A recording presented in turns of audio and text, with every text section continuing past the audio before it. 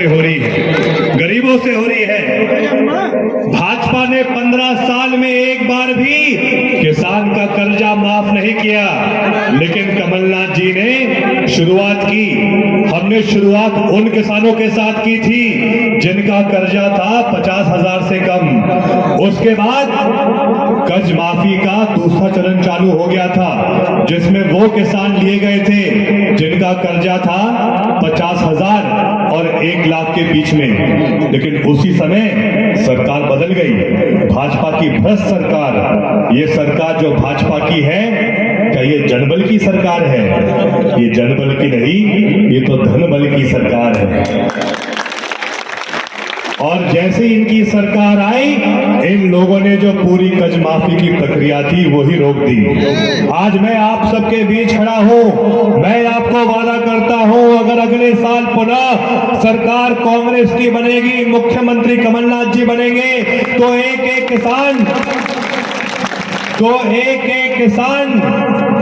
जिनकी कर्ज माफी इसलिए नहीं हो पाई थी क्योंकि उनका कर्जा चाहे 70,000 हो, 80,000 हो, 1 लाख, 1.5 लाख, 2 लाख, 2.5 लाख हो, अगर सरकार कांग्रेस की बनेगी तो 2 लाख तक कर्ज माफ करके देंगे। ये हमारी जिम्मेदारी है।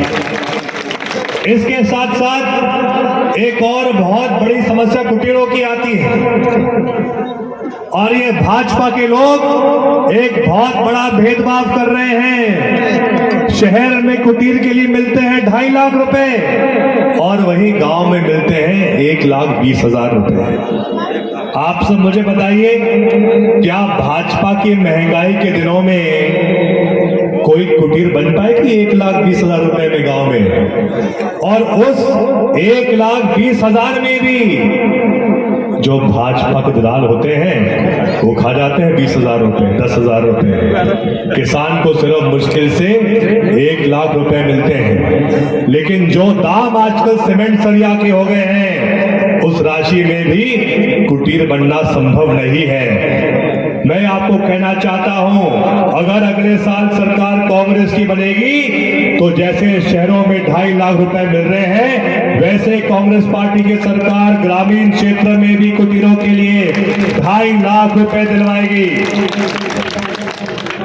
यही नहीं, मैं आप सबको याद दिलवाना चाहता हूं, आज गोपाष्टमी का दिन है, पावन पर्व है। हम आज के दिन गौ माता को पूजते हैं। 15 साल भाजपा की सरकार ने एक भी गौशाला गौ माता के लिए नहीं खोली, लेकिन कांग्रेस पार्टी ने अकेले 15 महीने में हर जनपद क्षेत्र में 10 से 20 गौशालाएं खुलवाई थी।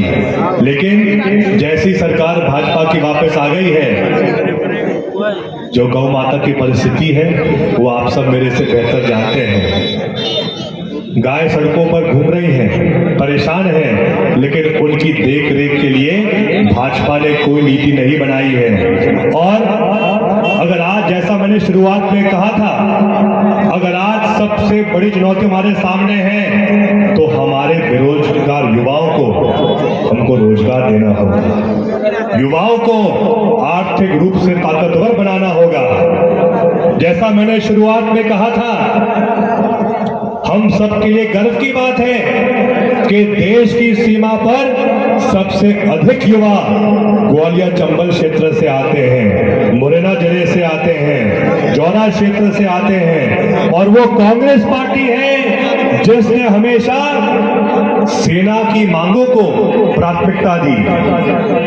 वो कांग्रेस पार्टी है जिसने हमेशा सैनिकों की आवाज को बुलंद की, सैनिकों को जीवन भर के लिए सुरक्षित रखा, रिटायरमेंट पे उनको पेंशन दिलवाई। लेकिन जो भाजपा की अग्निवीर योजना है, क्या उस अग्निवीर योजना से क्या जो हमारे नए नौजवान उसमें भर्ती होंगे, क्या सिर्फ 4 साल की नौकरी पर्याप्त है? क्या पहली बार देश में ऐसा हो रहा है, पहली बार देश में ऐसा हो रहा है कि ये भ्रष्ट भाजपा के लोग सरकारी नौकरी सिर्फ 4 साल के लिए दे रहे हैं। ये कैसे कैसी नौकरी है, ये कैसी देश की सेवा है। हम तो मांग करते हैं कि अगर अग्निवीर योजना में, अग्निपथ योजना में युवाओं की भर्ती करानी है, युवाओं को फौज में शामिल करना है, तो उनको जिंदगी भर के लिए रिटायरमेंट के बाद भी पेंशन मिलनी चाहिए है, तो ही हम इस योजना को स्वीकारेंगे। लेकिन सिर्फ 4 साल नौकरी देना और फिर कहना thank you, tata, good bye, आप खुद अपना जीवन संभालो, ये सबसे बड़ा अन्याय हमारे युवाओं के साथ होगा। तो मैं आप सबसे अर्ज करना चाहता हूं, अब समय आ गया है।